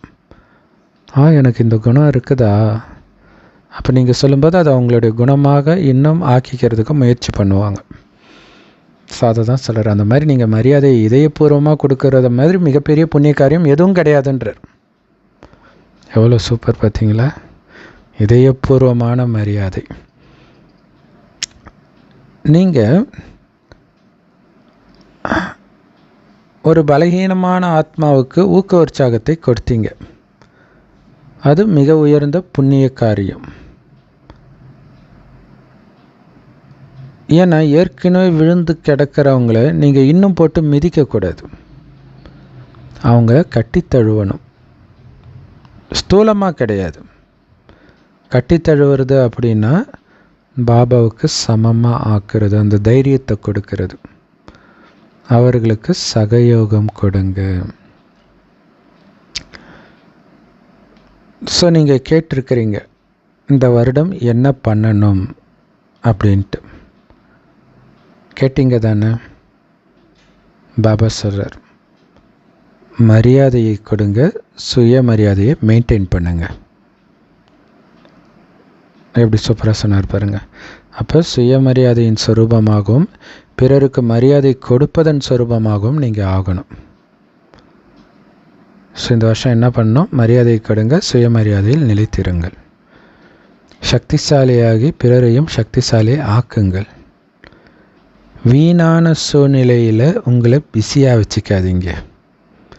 தேவையற்ற விஷயத்திலெல்லாம் பிஸியாக வச்சுக்காதீங்க. பலகீனமான ஆத்மாக்கள் பலகீனமாக தான் இருக்கிறாங்க. அவங்களுடைய பலகீனத்தையே நீங்கள் பார்த்துக்கிட்டு இருந்தீங்கன்னா நீங்கள் எப்படி சகயோகியாக ஆக முடியும்? ஸோ அதனால் சகயோகம் கொடுத்தீங்கன்னா உங்களுக்கு ஆசீர்வாதம் கிடைக்கும் இல்லையா? அவர்களை பலசாலியாக ஆக்கணும். அப்போ உங்களுக்கு ஆசீர்வாதம் கிடைக்கும். உங்களால் எதுவுமே பண்ண முடியல அப்படின்னா ரொம்ப ஈஸியான முயற்சி என்ன தெரியுமா? எல்லோருக்கும் ஆசீர்வாதம் கொடுத்துக்கிட்டே இருங்க, ஆசீர்வாதம் பெற்றுக்கொண்டே இருங்கள். பாருங்கள், அன்னபூர்ணி பண்ணிகிட்டு இருக்கிறாங்க. ஊராக போய் நான் அருளாசி கொடுக்குறேன்ட்டு.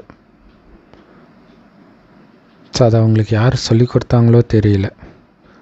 ஆனால் எப்போவுமே நம்ம புத்தியினால் அந்த ஆசீர்வாதம் கொடுத்துக்கிட்டே இருக்கணும். ரொம்ப ஈஸியான முயற்சின்னு சொல்கிறார். வேறு எதுவும் பண்ண முடியலையா, அட்லீஸ்ட் இதையாவது பண்ணுங்கன்ற. ஸோ பிறருக்கு மரியாதை கொடுத்து மரியாதைக்குரியவராக நீங்கள் ஆகுங்கள். நீங்கள் மரியாதை கொடுக்கும்போது மரியாதைக்குரியவராகவும் மகிமைக்குரியவராகவும் ஆகிடுவீங்க. ஸோ யார் மரியாதை கொடுக்குறாங்களோ அவங்க தான் அனைவரிடமிருந்தும் மரியாதையை பெறுவதற்கு தகுதியுடையவர்களாக ஆகிறாங்க. ஸோ எந்த அளவுக்கு நீங்கள் மரியாதைக்கு தகுதி வாய்ந்தவர்களாக ஆகிறீங்களோ அந்த அளவுக்கு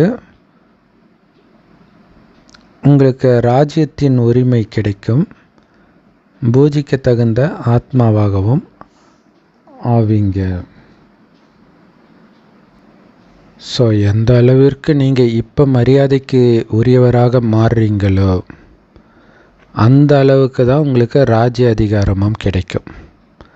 அதே அளவுக்கு தான் நீங்கள் பூஜிக்க தகுந்த ஆத்மாவாகவும் ஆவீங்க. ஸோ இப்போ மரியாதையை சம்பாதிக்கணும், அதுக்கு நீங்கள் மரியாதையை கொடுக்கணும். ஸோ அது இன்னொரு அவ்வியக்த முரளியில் இப்போ சமீபமாக 1969 எடுத்ததில் சொல்லியிருப்பார், நீங்கள் உங்களுக்கான மரியாதையை ஃபுல்லாக இழக்க தயாராக இருக்கணுன்றார். அப்போ தானாக, அதாவது அப்படிப்பட்ட ஆத்மாவுக்கும் நீங்கள் மரியாதை கொடுக்குறது சொல்லுவாங்களே, அவன் பண்ண வேலைக்கு அவன் மூஞ்சிலே முழிக்க மாட்டேன்னுவாங்கள்ல, அதையும் நீங்கள் இழக்க தயாராக இருக்கணும். நானுங்கிறதே அங்கே இருக்கக்கூடாது. பாபாவுடைய ஆனப்புறம் நானும் தனியாக எங்கேருந்து வந்துச்சுன்றார். ஸோ அப்படி இருக்கும்போது தான் பிறருடைய மரியாதையை நீங்கள் பெறுறீங்க. அப்படி பெறுபவர்கள் தான் அங்கே ராஜ்ய அதிகாரத்தை பெறுகிறார்கள். ஆனால் அழகாக தமிழில் சொன்னாங்க, பொறுத்தார் பூமி ஆழ்வார். எதை வச்சு சொன்னாங்கன்னே தெரியல, ஆனால் அது அப்படியே பாபாவுடைய ஞானம் அது இல்லையா. பொறுத்தார் பூமி ஆழ்வார். அவங்க பூஜிக்க தகுந்த ஆத்மாக்களாகவும் ஆகிறாங்க. ஸோ இன்றைக்கி வரைக்குமே அரசியல்லாம் பார்த்திங்கன்னா ரொம்ப ஆடிட்டு இருந்தாங்கன்னா அவங்கள மக்கள் தூக்கிடுறாங்க. 2 கட்சியுமே ஆடிட்டு இருக்குன்னா யார் ரொம்ப ஆடுறாங்களோ அவங்கள தூக்கிடுறாங்க. ஸோ அப்போ அந்த பொறுமையின் ஆதாரத்தில் தான் வராங்களே. ஸோ எந்த அளவிற்கு நீங்கள் மரியாதைக்கு தகுதி வாய்ந்தவராக இருக்கிறீங்களோ, அதாவது சுயமரியாதையில் நிலைத்து இருக்கிறீங்களோ, அந்த அளவுக்கு மரியாதைக்கு தகுதி வாய்ந்தவர், அந்த அளவுக்கு ராஜ்ய அதிகாரத்துக்கும் தகுதி வாய்ந்தவர், அந்த அளவுக்கு பூஜைக்கு தகுந்தவராகவும் ஆகிறீங்க. ஸோ அதனால் கொடுத்துக்கிட்டே இருங்க, பெறுவதை பற்றி சிந்திக்காதீங்கன்றார். ஏன்னா நீங்கள் வள்ளல். ஏன்னா ஒன்று கிடைச்சாதான் கொடுப்பன்றது பிஸ்னஸ் மேன் பண்ணுற வேலை. நீங்கள் வள்ளலுடைய குழந்தை இல்லை. வள்ளல் இப்போ அனாதைக்கு சாப்பாடுலாம் போடுறாங்க, அவன் என்ன கொடுப்பான்? எதுவும் கொடுக்க மாட்டான். ஸோ அதனால் நீங்கள் வள்ளல். கொடுத்தாதான் கொடுப்பேன், என்கிட்ட அன்பாக இருந்தால் தான் அவங்களுக்கு அன்பு கொடுப்பேன், அப்படி கிடையாது. யாராக இருந்தாலும் அன்பு கொடுக்கணும். ஸோ பாப்தாதா நாலாபுறத்திலும் இருக்கும் குழந்தைகளின் சேவையை பார்த்து குஷி அடைகிறார். ஸோ நீங்கள் எல்லோரும் நல்ல சேவை பண்ணியிருக்கிறீங்க, ரொம்ப நல்ல சேவை பண்ணியிருக்கிறீங்க. ஆனாலும் இன்னும் முன்னேறணும். அதிலே திருப்தி அடைஞ்சு உட்காந்துடக்கூடாது. அது ரொம்ப முக்கியமான விஷயம். ஏன்னா இப்போ சமீபமாக ஒரு வீடியோ பார்த்தோம், அதில் பார்த்திங்கன்னா நியர் டெத் எக்ஸ்பீரியன்ஸ், அது வெளிநாட்டு இது கிறிஸ்டின்ஸ் தான் பேசுகிறாங்க. ஏதோ ஒரு டைமில் அவங்களுக்கு உயிர் போகுது, போயிட்டு மறுபடியும் வருது. பட் அந்த போகிற நேரத்தில் ஒரு ஏதோ ஆப்ரேஷனோ ஏதோ நடந்துகிட்ருக்குன்னு நினைக்கிறேன். அந்த டைம் அந்த ஒளி நம்ம பாபா அப்படியே அந்த ஒளி, இதுக்கு முன்னாடி நான் அந்த மாதிரி பார்த்ததே இல்லை, அதை வர்ணனை செய்யவே முடியாது, எந்த பெயிண்ட்லேயும் அந்த கலரை சொல்ல முடியாதுன்றாங்க. ஸோ அப்போ அது இவங்க ஒளியாக ட்ராவல் ஆகி அங்கே போகிறாங்க. அப்போ போகும் பொழுது அப்படியே அங்கேயே இருந்துடலாமான்னு இருந்துச்சான். அது அவ்வளோ அன்பாக இருந்துச்சான். ஸோ அப்போ கடவுள் கேட்குறாராம், ஏதோ ஒன்று கேட்கும்போது என்னென்னலாம் பண்ணியிருக்கிறேன், நான் ரொம்ப அன்பாக இருப்பேன் எல்லாருக்கிட்டேயும். அப்போ கடவுள் கேட்டாராம், நான் காட்டுற மாதிரி அன்பாக இருந்தியா அப்படின்னாராம். இல்லை. ஸோ மனித அன்பு, அம்மா காட்டுற அன்புலாம் ஒன்றுமே கிடையாதுன்னு அந்த சகோதரி சொல்கிறாங்க, அந்த கடவுள் கொடுத்த அந்த அன்பு. ஸோ அதனால் நீ இன்னும் அன்பு காட்ட முடியும். ஆக்சுவலாக அவங்க வந்து ஒரு ஹாஸ்பிட்டல்லே ஒர்க் பண்ணுறவங்க தான், டாக்டரா நர்ஸோ ஏதோ ஒன்று. ஸோ அப்போ வந்து இன்னும் நீ அன்பு செலுத்தணும் அப்படின்னு சொன்னாங்களாம். சொல்லிவிட்டு அதுக்கப்புறம் உடம்புக்கு வந்துட்டாங்க. வந்த பிறகு அவங்களுக்கு ஒரு பெரிய வருத்தமாக இருந்துச்சாம். ஏன்னா அவங்க சொல்கிறாங்க, ஏன்னா கடவுளுடைய அந்த அன்பு சுவைக்கலைன்னா எனக்கு திரும்ப வந்தேன்னு சந்தோஷம் தான் பட்டிருப்பேன். ஏன்னா எனக்கு கணவர் இருக்கார், 2 குழந்தை இருக்கிறாங்க, அவங்க மேலாம் எனக்கு ரொம்ப உயிர். ஆனாலும் அந்த கடவுளுடைய அன்பு சுவைத்த பிறகு நான் இங்கே திரும்பி வந்தது எனக்கு ஒரு துக்கமாக இருக்குதுன்றாங்க. எப்படி இருக்குது பார்த்தீங்களா இல்லையா? ஸோ அந்த காலத்தில் இப்படி தானே பக்தியில் அந்த கோயிலே கதின்னு இருப்பாங்கள்ல நாயன்மார்கள், அவங்க அதை உணர்றாங்க நம்ம ஜடச்சிலை முன்னாடியே. இப்போ உயிரோட்டமாக இருந்தால் நீங்கள் எவ்வளோ அன்பு கொடுக்கணும்னு மட்டும் யோசிச்சு பாருங்கள். ஸோ அதான் பாபா சொல்கிறார், நீங்கள் பண்ணுற சேவை நல்லா இருக்குது, திருப்தியாக இருக்குது எனக்கு, ஆனால் பத்தலை, இன்னும் இல்லை. இங்கே சேவைன்றது, அன்பு கொடுக்கறது எல்லாமே சேர்த்து தான். வெறும் வாய் வழியாக சொல்கிறது மட்டும் சேவை கிடையாது. அது சொல்லும் பொழுதே அந்த அன்பு கலந்து இருக்கணும். ஜீராவில் ஊறினா தான் அந்த ரசகுல்லா டேஸ்ட்டு இல்லையா? அந்த மாதிரி அன்பில் ஊறும்பொழுது தான் இந்த ஞானத்துமே அதோடைய வேலை செய்யும். ஸோ வார்த்தையினால் நீங்கள் எல்லோரும் நல்ல சேவை செஞ்சுருக்கிறீங்க. கிடைத்த சாதனங்கள் மூலமாக நீங்கள் சேவை செஞ்சதுக்கான நல்ல பலனும் கிடைச்சிருக்குது. நிறைய பாபா குழந்தையாக இருக்கிறாங்க. ஸோ பல ஆத்மாக்களுடைய புகார்களை முடிச்சிட்டிங்க. எனக்கு கடவுள் வந்தது தெரியல, பார்க்கணும் அப்படின்னு நினைத்ததுக்கெல்லாம் அந்த கம்ப்ளைண்ட்டை தீர்த்துட்டிங்க அறிமுகத்தை கொடுத்து. ஆனால் அது கூடவே நேரமும் அதிவேகத்தில் போயிட்டு இருக்குது. அதை பார்த்துட்டு பாப்தாதா வந்து நீங்கள் கம்மியான ஆத்மாக்களுக்கு மட்டும் சேவை செய்கிறத பார்க்க பாபாவுக்கு விருப்பம் இல்லை. ஏன்னா ஒட்டுமொத்த உலகத்தில் உள்ள அனைத்து ஆத்மாக்களுக்கும் முக்தியை தானம் கொடுப்பதற்கு நிமித்தம் நீங்கள். பாபா குழந்தைங்க ரொம்ப கம்மி, அதுலேயும் சேவாதாரிகளாக இருக்கிறவங்க ரொம்ப ரொம்ப கம்மி தான். அப்போ ஒட்டுமொத்த உலகத்துக்கும் நீங்கள் முக்தி கொடுக்கணும்னா சாதாரண விஷயம் கிடையாது இல்லையா? ஏன்னா பாபாவுடைய துணைவர்கள் நீங்கள் தானே. ஸோ அதனால் நேரத்தின் வேகத்திற்கு ஏற்ப நீங்கள் ஒரே நேரத்தில் 3 விதமான சேவையும் பண்ணணும். ஒரே நேரத்தில் அட் அ டைமில். ஒன்று வார்த்தையின் மூலமாக சேவை செய்யணும். பிறகு சக்திசாலியான ஸ்திதியின் மூலமாக சேவை செய்யணும்.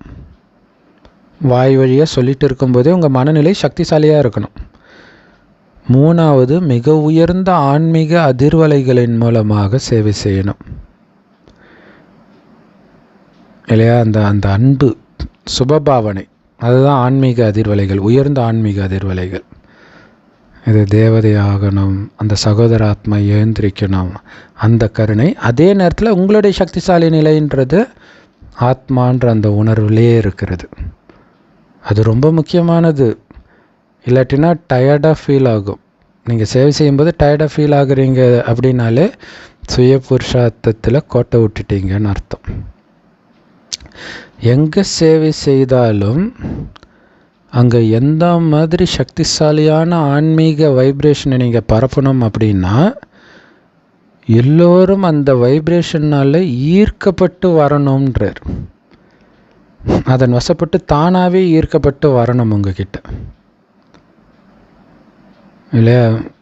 எல்லாருக்கும் வந்து என்ன, ஆமாப்பா அந்த நோட்டீஸ் கொடுத்தாங்க போகணும், என்ன தான் போய் தான் பார்ப்போமே. அது என்னென்னா அந்த அதிர்வலைகள் பிடிச்சி இழுக்கும் அவங்கள. பாருங்க, உங்களுடைய கடைசி ஜென்மத்தில் கூட உங்கள் ஜட சித்திரங்கள் எப்படி சேவை பண்ணுது? ஏதாவது வாய் திறந்து பேசுதா? ஆனால் அதோடைய வைப்ரேஷன் எப்படி இருக்குது? தேவதைகளுக்கு பக்தர்களுக்கு ஈஸியாக அவங்களுடைய பக்தியின் பலன் கிடைச்சிடுது அந்த வைப்ரேஷன் மூலமாகவே. இல்லை எல்லாம் ஏன் ஒரு சில பிரபலங்கள்லாம் நான் எல்லா கோயிலுக்கும் போயிருக்கேன், இன்னும் இந்த 2 கோயில் மட்டும் போகலை, இப்போ பிடிச்சி இழுக்குது பாருங்கள், அங்கே மட்டும் போகணும். அது என்னமோ போன தடவை போக முடியல, நானே அழுதேன், இவ்வளோ தூரம் வந்து உன்னை பார்க்க முடியாமல் வந்துட்டேனேன்ட்டு. அப்போ யாரோ வந்து என்னை கூப்பிட்டாங்க, நீங்களே இப்போ வாங்கன்னு சொன்னாங்க. இப்போ கூட்டமாக இருக்குது, நைட்டு 11 மணிக்கு குட்டி பத்மினி தான் சொன்னாங்க, ஜெகநாத் புரின்னு நினைக்கிறேன். ஸோ அப்போ உங்கள் ஜடச்சிலையுடைய வைப்ரேஷன் எவ்வளோ பவர்ஃபுல்லாக இருக்குதுன்றார். ஸோ உங்களுடைய பக்தியின் பலனை ஈஸியாக அவங்களுடைய பக்தியின் பலனை அந்த சிலையின் வைப்ரேஷனே வந்து ஈர்க்குது, பக்தியின் பலனை கொடுக்குது அந்த பக்தர்களுக்கு. அதே மாதிரி உங்களுடைய வைப்ரேஷன் சக்திசாலியாக இருக்கணும். இல்லை ஒரு கல் இருக்கிற கோயிலில் அவ்வளோ வைப்ரேஷன் இருக்குதுன்னா உயிரோட்டமாக இருக்கிற உங்களை சுற்றி எப்படி இருக்கணும் வைப்ரேஷன். ஸோ உங்களுடைய அனைத்து சக்திகளின் கதிர்கள் வைப்ரேஷனாக நாலாபுறமும் பரவட்டும். நீங்கள் ஞானச்சூரியன் இல்லையா, அதனால தான் கதிர்ன்றார். அந்த ரேஸ், சக்தியின் ரேஸ் பரவட்டும் வைப்ரேஷன் மூலமாக. அது அந்த வாயு மண்டலத்தையே மாற்றட்டோன்றார். அப்போ ஒரு நடமாடும் சக்தி சூரியனாக நீங்கள் இருக்கணும். அந்த வைப்ரேஷன் எப்படி இருக்கணும் அப்படின்னா, அது உங்களுடைய இதயத்தில் ஒரு பயங்கரமான தாக்கத்தை ஏற்படுத்தணும். அதுக்கு நான் ஒரு உதாரணம் சொல்கிறேன், நிறைய தடவை சொல்லியிருப்பேன். ஒரு சகோதரர் வந்து சும்மா ஒரு சென்டருக்கு போயிருக்கிறார் கல்யாணம் ஆகிறதுக்கு முன்னாடி. ஒரே ஒரு நாள் தான் போயிருக்கிறார், அங்கே யோகா பண்ணியிருக்கிறாங்க, வந்துட்டார், அவ்வளோதான். அதுக்கப்புறம் விட்டுட்டார். அதுக்கப்புறம் கல்யாணம் ஆகி குழந்தை எல்லாம் பிறந்து ஒரு 10 வருஷம் இருக்கும் அந்த சென்டருக்கு போய். அப்போ ஒரு 10 வருஷம் கழித்து பயங்கரமான கஷ்டம், எல்லா சொத்தும், அந்த கோர்ட்டு கேஸு, நிம்மதி இல்லை, அந்த மாதிரி ஒரு டிப்ரெஷனில் எல்லாரும் இருக்கிறாங்க. ஸோ அப்போ அவர் புலம்புவார் அவங்க பொண்ணுக்கிட்ட, பாப்பா நான் ஒரு இடத்துக்கு போனேன் பாப்பா, அங்கே அவ்வளோ அமைதியாக இருந்துச்சு, நானும் அதை தேடுறேன் எங்கன்னே கிடைக்க மாட்டேங்குதுன்னு. அந்த வைப்ரேஷன் பிடிச்சி இழுக்குது பாருங்க. ஸோ அதாங்க சொல்கிறார், அது வந்து 10 வருடம் கழித்து பிடிச்சி இழுக்குது. அந்த துக்கம்னோடனே அந்த பக்கம் ஞாபகம் வருன்றார். இதுதான் பெரிய விஷயம். அந்த வைப்ரேஷன் ரொம்ப ரொம்ப முக்கியமானது. நீங்கள் எல்லோருமே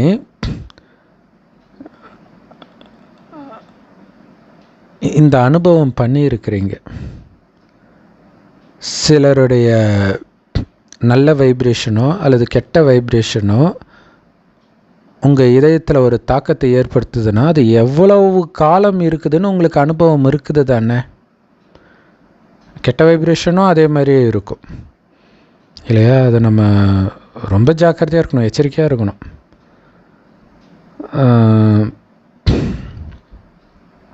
கோபம்னு ஒன்று இருக்கவே கூடாது எல்லா பிரம்மகுமாரிகளுக்கும், குறிப்பாக சென்டரில் இருக்கிறவங்களுக்கு. ஏன்னா ஒரு வேறு ஸ்டேட்டை சார்ந்த ஒரு சகோதரி வந்து அது மாதிரி ஒரு தடவை சென்டருக்கு போகிறாங்க. ஆனால் அது ஒரு மதியம் டைம், சென்டர் சாயங்காலம் ஜென்ரலாக ஒரு 5 மணிக்கு மேலே தானே வருவாங்க. அவங்க ஒரு ரொம்ப தூரத்துலேருந்து வராங்க, வரதுக்கே முடியாமல் பஸ்ஸை பிடிச்சி அந்த சைடு வந்துட்டோம், அப்படியே சென்டருக்கு போயிடலாம், எப்பயாவது போகலான்ட்டு அந்த ஒரு ஏக்கத்தில் வராங்க. அப்போ உன்னை யார் இந்த டைம் வர சொன்னது அப்படி இப்படின்ட்டு அங்கே இருக்கிற ஒருத்தவங்க சொல்கிறாங்க. ஸோ அப்புறம் சில சம்பவங்கள் நடக்குது. ஸோ அதை சொல்ல விரும்பலை. அப்போ வந்து அந்த இன்சார்ஜ் சிஸ்டர் ஒரு பார்வை பார்த்தாங்களாம் பாருங்கள். அவங்களுக்கு வந்து ஆக்சுவலாக அந்த செய்வினை வைக்கிறது, அந்த வைப்ரேஷன்லாம் ஈஸியாக அவங்க கேட்ச் பண்ணுவாங்களாம் அந்த சிஸ்டர். அந்த வைப்ரேஷன் எனக்கு ஃபீல் ஆச்சு பிரதர் அப்படின்னாங்க. எனக்கு அப்படியே நடுக்கம் வந்துடுச்சு பிரதர்ன்றாங்க. பாருங்கள், இந்த மாதிரி வைப்ரேஷனே பாபா பரப்ப சொன்னார்.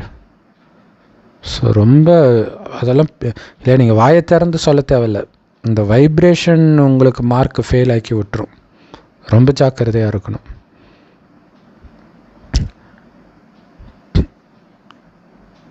ஆனால் அந்த சிரித்து பேசக்கூடிய அந்த வைப்ரேஷனும் கடைசி வரைக்கும் இருக்கும். சாதாரண விஷயம் கிடையாது. அந்த அன்பு கடைசி வரைக்கும் அவங்க மனசில் பதிய வைக்கணும். எல்லாருடைய மனதிலும் இடம் பிடிப்பவர் தான் நாராயணன் ஆக முடியும். ஒரு அவ்யக்த முறையில் சொல்லியிருப்பார். அதுதான் நாராயணனுடைய சமஸ்காரம். அந்த 108 வரவங்களுடைய குறிப்பாக நாராயணன் ஆகிறவங்களுடைய சமஸ்காரம் எப்படி இருக்குன்னா, எல்லாருக்கும் அவங்கள பிடிக்கும், அவங்களுக்கும் எல்லோரையும் பிடிக்கும். அப்படின்னு அர்த்தம், எந்த நெகட்டிவ் எண்ணமும் யார் மேலேயும் வைக்க மாட்டாங்க. எதிரியாக வரவங்க கூட நண்பனாகி போவாங்க. ஆக்கணும், அதுதான் நம்ம டேலண்ட். ஸோ அது நீண்ட காலத்துக்கு இருக்கும். நீங்கள் அதை அகற்றணும்னு நினச்சாலும் உங்களால் அகற்ற முடியாது. குறிப்பாக நெகட்டிவ் வைப்ரேஷன் பொறுத்த வரைக்கும் எல்லாருக்குமே அனுபவம் இருக்கும் இல்லையா? ஒரு 40 வயசை கடந்தீங்கனாலே கண்டிப்பாக ஏதோ ஒன்று உங்கள் வாழ்க்கையில் நடந்திருக்கும். நீங்களே மறக்கணும்னு நினச்சாலும் மறக்காமல் நிறைய பேர் மனநலம் பாதிக்கப்பட்டவர்களாகவே கூட ஆகிடுவாங்க. பேனிக் அட்டாக் அது இதுன்ட்டு. பாபாவும் அதான் சொல்கிறார், சிலருடைய அந்த நெகட்டிவ் வைப்ரேஷன், கெட்ட வைப்ரேஷன் உங்களுடைய இதயத்தில் அப்படியே ஆழமாக பதிவாயிடுது. அதை உங்களால் ஈஸியாக ரிமூவ் பண்ண முடியுதா? பல வருஷம் ஆகும் அதோடைய தாக்கத்தில் வந்து வெளில வர்றதுக்கு. அப்போ கூட அந்த சம்மந்தப்பட்ட நபரை பார்த்தீங்கன்னா மீண்டும் வந்துடும். அது அசுரர்களுடைய பவர். நாம் அப்படியே இருக்கணும். ஸோ அதே மாதிரி உங்களுடைய சக்திகளின் வைப்ரேஷனும் ஸ்டாம்ப் ஓட்டின மாதிரி உங்கள் மனதில் ஆழமாக போய் பதியுன்றார் பாப்தாதா. குஜராத்துக்கும் மும்பைக்கும் ஊக்க உற்சாகம் காட்டினதுக்காக பல கோடி மடங்கு வாழ்த்துக்களை தெரிவிக்கிறார். ஏன், என்ன அப்படி அவங்களுடைய விசேஷம்? ஏன் பாபா உங்களுக்கு வாழ்த்து தெரிவிக்கிறாரு? ஏன்னா நீங்கள் பெரிய பெரிய நிகழ்ச்சிகளை நடத்துனீங்க. இருந்தாலும் விசேஷமாக பாபா உங்களை கங்க்ராச்சுலேட் பண்ணுறதுக்கு காரணம் என்ன? அதுவும் 2 பேரும் சேர்த்து, குஜராத் மும்பை 2த்தையும் சேர்த்து. ஸோ 2 பேருடைய விசேஷம் ஒற்றுமையும் திட எண்ணமும் தான் அப்படின்னு சொல்கிறார். ஆக்சுவலாக குஜராத்து மும்பை பக்கம் பக்கம்னு நினைக்கிறேன். ஸோ 2 பேர் சேர்ந்து சேவை பண்ணியிருப்பாங்கன்னு நினைக்கிறேன். ஸோ எங்கே ஒற்றுமையும் திட எண்ணமும் இருக்குதோ அந்த இடத்துல 1 வருஷத்துக்கு பதிலாக 1 வருடத்தின் வேலை ஒரே மாதத்தில் முடிஞ்சிடும்ன்றார். செம சூப்பர். குஜராத் மும்பையும் கேட்டிங்களா அப்படிங்கிறார். ஸோ சேர்ந்து பண்ணியிருப்பாங்கன்னு நினைக்கிறேன். ஏன்னா ஆக்சுவலாக ஒரு அவ்யக்த முறையில் பாபா சொல்லியிருப்பார், உங்கள் எல்லார்கிட்டையும் விசேஷம் இருக்குது, ஆனால் அந்த விசேஷத்தை நீங்கள் காரியத்தில் எடுத்துகிட்டு தான் வர மாட்டீங்க, அந்த ஒற்றுமை மட்டும் இல்லை அப்படின்றத டீசெண்டாக சொல்லியிருப்பார். எல்லாம் அப்படி ஒன்றா ஒற்றுமையாக வந்துட்டிங்கன்னா டக்குன்னு பிரத்யக்ஷம் ஆகிடும்ன்றார். ஸோ அதுக்கு தான் ஒரு உதாரணம் பார்த்திங்கன்னா அந்த முறையிலே சொல்லியிருப்போம். பைபிளில் ஜெருசலேமை மீண்டும் கட்டி எழுப்புவாங்க. அதை ஃபுல்லாக தரமட்டமாக்கிடுவாங்க எதிரிகள். மீண்டும் கட்டி எழுப்புறதுக்காக ஒருத்தர் வருவார். அவர் என்ன பண்ணுவார்னா, அவங்கவுங்க வீட்டுக்கு எதிர சவுரை கட்ட சொல்லுவார். அதாவது ஜெருசலேத்தை சுற்றி சவுறு, அந்த பார்டரில் இருக்கிற வீட்டை சார்ந்தவர்கள் அந்த வீட்டுக்கு எதிர மட்டும் சோரை எழுப்பிட்டா போதும். அதேமாதிரி ஒவ்வொருத்தரும் எழுப்பும்போது என்ன ஆயிடுது, ஒட்டுமொத்தமாக அந்த நகரத்தை சுற்றி எழுப்பப்படுது. ஸோ எல்லாமே இப்போத்தைய விஷயம். ஏன்னா ஜென்ரலாக அப்படி பண்ண மாட்டாங்க இல்லையா, நம்ம பாபா குழந்தைங்க பண்ணுற வேலை. ஒவ்வொரு இடத்துலையும் அந்த ஞானத்தை கொடுத்து சுவரை நாம் எழுப்புகிறோம். ஸோ அப்போ 1 வருடத்தின் காரியத்தை ஒற்றுமை இருந்தால் ஒரே மாதத்தில் முடிக்க முடியுன்றாரு. சான்ஸே கிடையாது. ஒற்றுமையுடைய சக்தி செம்ம அபாரமான சக்தி. ஸோ குஜராத்தும் மும்பையும் கேட்டிங்களான்னு சொல்கிறார். ஸோ இதோடைய உண்மையான அர்த்தம் என்னென்னு குஜராத் மும்பைக்கு தான் தெரியும். நிஜமாலே அவங்களுக்கு ஒற்றுமை இருந்துச்சுன்னு சொல்கிறாரா அல்லது ஒற்றுமை இல்லைன்னு சொல்கிறாரான்னு அவங்களுக்கு தான் தெரியும். ஸோ ஏன்னா பாபா டைரெக்டாக சொல்ல மாட்டார் இல்லையா. அப்படி அங்கே ஒருவேளை சில இடங்களில் பிரிவுகள் இருந்தால் புரிஞ்சிக்கணும், அதுக்கு தான் சைகை கொடுக்குறார். இப்போ நீங்கள் ஞான சூரியனின் ஸ்திதியில் 1 செகண்டில் நிலைச்சிடுங்க. நிலைத்து அனைத்து சக்திகளின் கதிர்களை பயத்திலும் குழப்பத்திலும் இருக்கக்கூடிய அனைத்து ஆத்மாக்களுக்கும் பரவ செய்யுங்கன்றார். அனைத்து சக்திகளின் கதிர்களை இல்லையா, சூரியன், அதுக்காக தான் நம்ம சொன்னோம் இல்லையா, கதிர்னு பாபா சொல்கிறது காரணம் என்னென்னா, நம்ம அந்த சூரியன் ஆகி அந்த சொரூபமாகவே இருக்க சொல்கிறார் இல்லையா. சூரியன் வெப்பத்தின் சொரூபமாக, ஒளியின் சொரூபமாகவே இருக்குது. நான் சூரியன் வெப்ப சொரூபமானவன் சொல்லலை, அதுவாகவே இருக்குது. ஸோ அப்படி தான் ஆக சொல்கிறார். அதுதான் இன்றைக்கி முரளியில் மெயினாக பாபா சொல்கிறது. எங்கே ஒரு செகண்டில் பயத்தில் உள்ள ஆத்மாக்கள் எல்லாம் பயத்துலேருந்து வெளியில் வர மாதிரி சக்தி கொடுங்க பார்ப்போம். ஒரு செகண்ட் அப்படியே நம்ம டக்குன்னு கொடுப்போம்.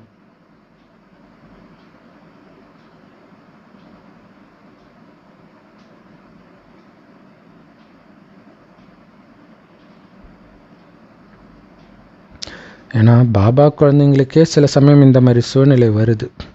அப்போ அஞ்ஞானிகள்லாம் எவ்வளோ பாவம் இல்லை, நம்ம பக்தர்கள் தானே அவங்க. அப்போ அவங்களுக்கு எவ்வளோ கொடுக்கணும். ஏன்னா நிறைய பெண்களும் சரி ஆண்களும் சரி ரொம்ப கஷ்டப்படுறாங்க. குறிப்பாக பெண்கள். ஆண்களும் மனைவி கொடுமை தாங்காமல் கஷ்டப்படுறாங்கன்றது இப்போ அட்டுல் சுபாஷ் தற்கொலையை பண்ணிக்கிட்டார் இல்லையா, பெங்களூர் ஐடி கம்பெனி சார்ந்தவர். அவங்க மனைவி போலி கேஸ் மேலே கேஸு போட்டு போட்டு போட்டு கடைசியில் தற்கொலையே பண்ணிக்கிட்டார். இப்போ எவ்வளோ பயத்துலேயும் ஒரு குழப்பத்திலையும் ஒரு ஒரு விரக்தியிலையும் இருப்பாங்க. இந்த மாதிரி எத்தனை பேர், எத்தனை லட்சம் பேருக்கு, எத்தனை எல்லாமே எக்ஸப்ஷனே கிடையாது. எவ்வளோ மக்கள் தொகையோ அத்தனை பேரும் ஏதோ ஒரு பயத்திலேயே இல்லை வேலை போயிடுமோன்ற பயம்.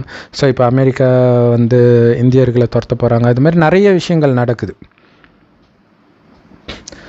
ஸோ எல்லாம் பயத்தில் இருக்கிறாங்க, ரொம்ப ரொம்ப பயத்தில் இருக்கிறாங்கன்றார்.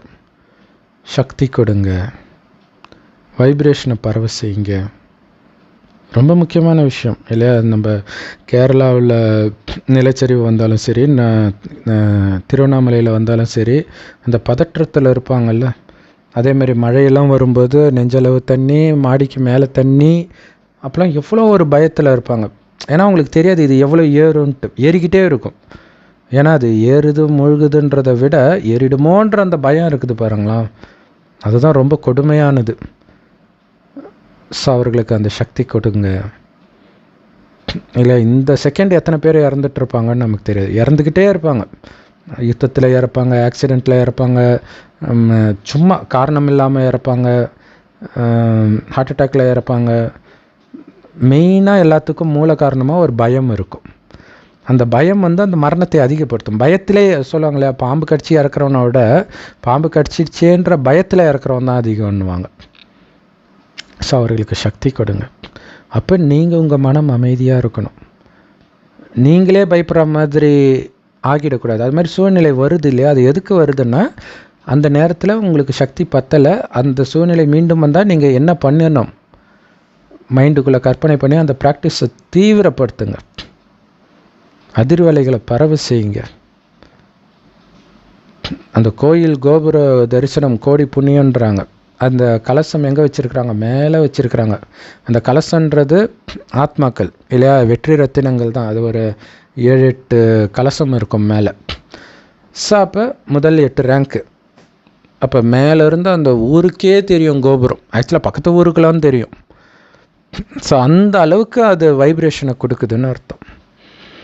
அந்த மாதிரி கொடுங்க, சக்திசாலியான வைப்ரேஷனை. நல்லது. ஸோ இதுதான் நமக்கு முக்கியமானது. எப்போவுமே இந்த பயிற்சி இருந்துக்கிட்டே இருக்கணும். பாப்தாதாவுக்கு எல்லா திசையிலிருந்தும் லெட்டர், இமெயிலெலாம் வந்தது. ஒன்றும் என்ன சொல்லுதுன்னா, என்னுடைய நினைவுகளை பாபாவுக்கு தெரியப்படுத்துங்க. இதுதான் எல்லா லெட்டர்லேயும் இருக்குது. பாப்தாதாவும் சொல்கிறாரு. ஸோ ஒவ்வொரு அன்பான குழந்தையுடைய அன்பு நினைவுகள் பாப்தாதா கிட்ட சேர்ந்துடுச்சு. தூரத்தில் உட்காந்துட்டு இருந்தாலும் குழந்தைகளே, நீங்கள் பாப்தாதாவுடைய இதயத்தில் தான் உட்காந்துட்ருக்குறீங்க. ஸோ அதனால் என்னுடைய நினைவை பாப்தாதா கிட்ட கொடுங்க அப்படின்ட்டு நீங்கள் எல்லாம் சொன்னீங்க இல்லையா, அது எல்லாம் என்னை சேர்ந்துடுச்சு. ஸோ இந்த குழந்தைகளுடைய அன்பும் இந்த அப்பாவுடைய அன்பும் தான் குழந்தைகளை பறக்க வைக்கிது இல்லை. அந்த அன்புலேயே மூழ்கி இருக்கணும், எல்லாத்தையும் மறக்கணும். நல்லது. தாதிஜியை பார்த்து பாப்தாதா கேட்குறாங்க, உங்களை பார்த்து பாப்தாதா ரொம்ப சந்தோஷப்படுறார். விசேஷமாக ஏன் சந்தோஷப்படுறாரு? ஏன்னா பிரம்மா பாபா எப்படி எல்லோருக்கும் ஆர்டர் கொடுப்பாரோ, இதை நீங்கள் பண்ணணும், இதை நீங்கள் இப்போவே பண்ணணும் அப்படின்னு ஆர்டர் கொடுப்பார். ஸோ அதில் நீங்கள் பிரம்மா பாபாவை ஃபாலோ பண்ணுறீங்க. ஸோ பாபா வஞ்ச புகை சேனியில் சொல்கிறாரா என்னன்னு தெரியல. ஸோ நீங்களும் ஆர்டர் பண்ணுறீங்க அப்படின்னு சொல்கிறார். ஏன்னா என் கூட நீங்களும் இருந்தீங்க ஆர்டர் கொடுக்கும் பொழுது. ஸோ அது உண்மைதான். ஆனால் இப்போ நீங்கள் கருவி ஆகிட்டு, அதாவது நீங்கள் பொறுப்புக்கு வந்துட்டீங்க இல்லையா? ஸோ அதனால் உங்களுக்கு அந்த அளவுக்கு திடமான எண்ணம் இருக்குது. அதனால் எல்லா பக்கமும் வெற்றி கிடைக்கிது. ஸோ அதனால தான் உங்களுக்குள்ள அவ்வளவு குப்தமான ஆன்மீக சக்தி நிரம்பி இருக்குது இல்லையா? அந்த திடமான எண்ணம் வச்சிட்டாலே கண்டிப்பாக சக்தி நிரம்பிடுன்றார். அந்த திடமான எண்ணம் தான் முக்கியம். திட் சங்கல்ப் கரோ அப்படின்னு பாபா சொல்லுவார். அது இன்னும் ஞாபகம் இருக்குது. பாபா அந்த கடைசி நேரத்துலலாம் பேசும்பொழுது, உங்களுடைய உடல் இப்போ ஆரோக்கியமாக இருக்குது. ஸோ ஆனால் உங்களுக்கு ஆன்மீக பலம் நிறைய நிரம்பி இருக்குது. அதோடு ஒப்பிடும் பொழுது உங்கள் ஆரோக்கியம்லாம் ஒன்றுமே கிடையாதுன்றார். உடலுடைய ஆரோக்கியம்லாம் ஒரு பெரிய விஷயம் கிடையாதுன்றார். ஏன்னா ஆன்மீக பலம் பயங்கரமாக இருக்குது, அதுதான் முக்கியம். அது எவ்வளோ பெரிய ஆச்சரியம்ன்றார் இல்லையா? ஸோ தாதிகள் பாபாவை சந்திக்கிறத பார்த்து எல்லோருக்கும் என்ன நினைக்கிறாங்க அப்படின்னா, நான் தாதியாக இருந்தால் நான் கூட பாபாவை பர்சனலாக மீட் பண்ணுவேன்ல அப்படின்னு நினைக்கிறாங்களாம். நீங்களும் தாதி ஆவீங்க. ஸோ பாப்தாதா அதுக்கு ஒரு திட்டம் வச்சிருக்கிறாரு இதயத்தில் அப்படின்னு சொல்கிறார். ஆனால் இன்னும் அதை உங்ககிட்ட சொல்லலை பாபா. பாருங்கள், ஒவ்வொருத்தரும் பாபாவை தனியாக சந்திக்கிற காலமும் வரும்.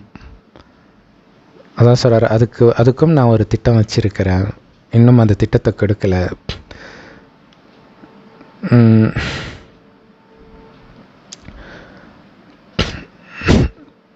பிரம்மா பாபா காலத்தில் இருந்து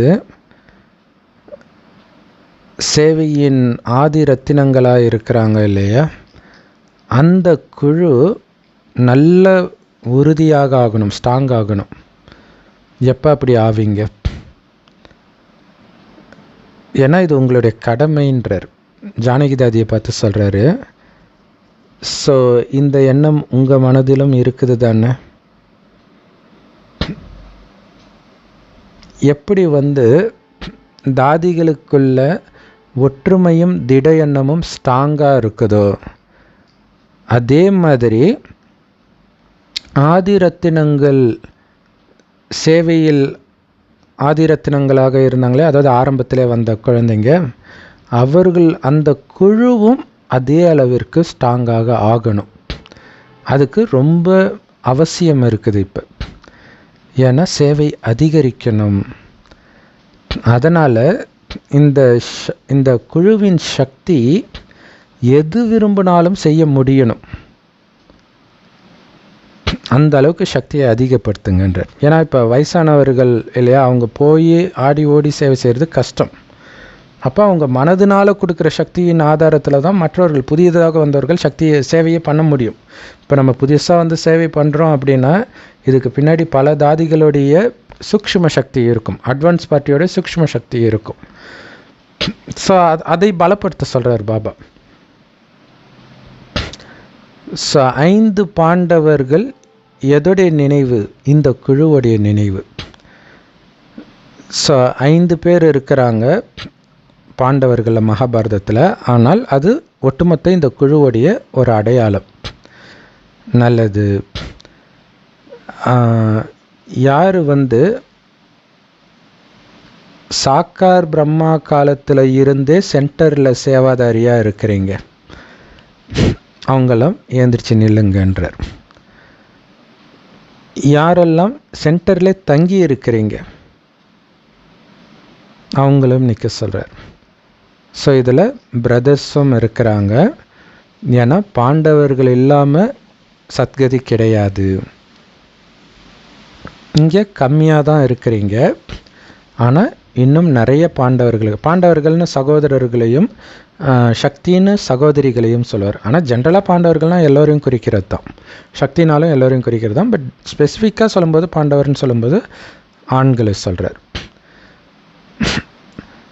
ஸோ இந்த ஜானகி தாதியை பார்த்து சொல்கிறாரு, இவருடைய கடமை இந்த குழுவை ஒன்றாக எடுத்துகிட்டு வர்றது.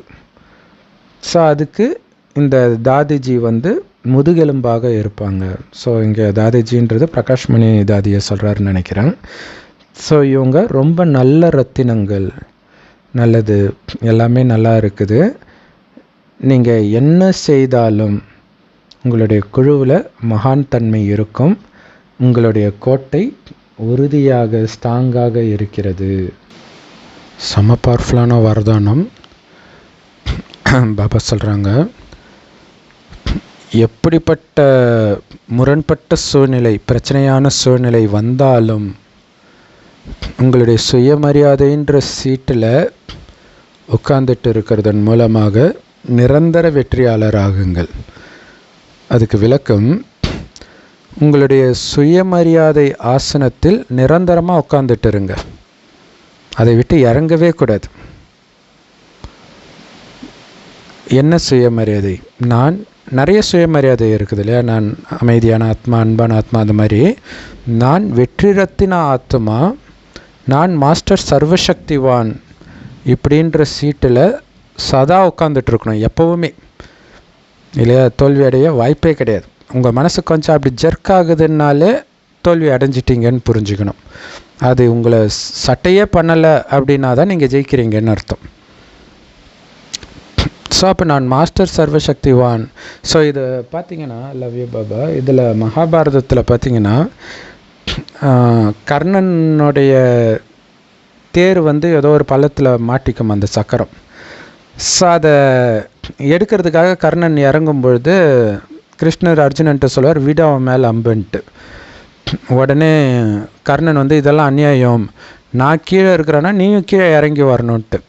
அப்போ கிருஷ்ணர் சொல்வார், நீ கீழே இறங்காத அர்ஜுனான்னுவார். ஸோ அப்போ அதோடைய அர்த்தம் என்னென்னா, சுயமரியாதைன்ற சீட்டை விட்டு இறங்காத அப்படின்னு அர்த்தம். அவர் கீழே இறங்கிட்டார், மண்ணில் இறங்கிட்டார்னா என்ன அர்த்தம்னா தேக உணர்வில் வந்துட்டார்.